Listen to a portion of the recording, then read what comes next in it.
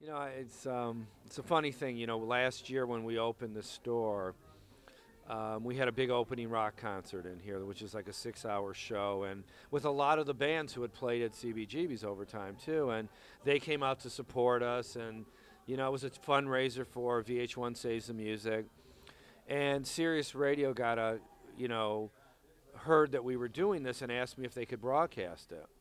And I thought, that's great. We'll let more people know about VH1 Saves the Music Foundation, which is there to support the music programs in public schools, and I'm on the board of directors for that as well.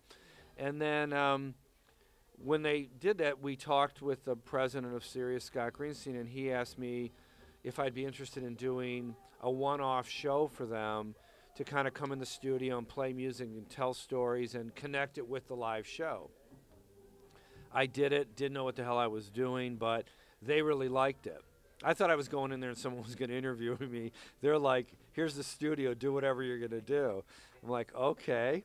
But they really loved what it sounded like, and they had a good response. So they came back to me and asked me if I'd be interested in doing a show. And I said, I really don't have a lot of time, as much as I'd be really love to tell stories about music and so on and so forth that I kind of knew growing up and part of my life and the experiences that I had in that, and bring people into the studio that I know and do live shows and that. And so we settled on a monthly show because that's how much time I felt that I could really do it right. And it's a Sunday night show from 9 to 11 on the East Coast. I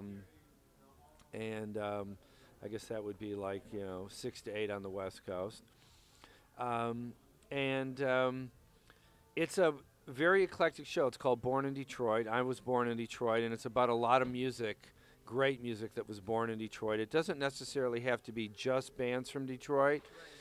It's about all the music that, Detroit music that really turned a lot of people on and really was influential on a lot of people. Like the New York Dolls was my opening show live from the Bowery here, and you say, New York Dolls, Detroit, how does that work? Well, they were very influenced by the Detroit scene, both Motown, people like Mitch Ryder, which was kind of white boy blues, and rock and roll, to Iggy and the Stooges.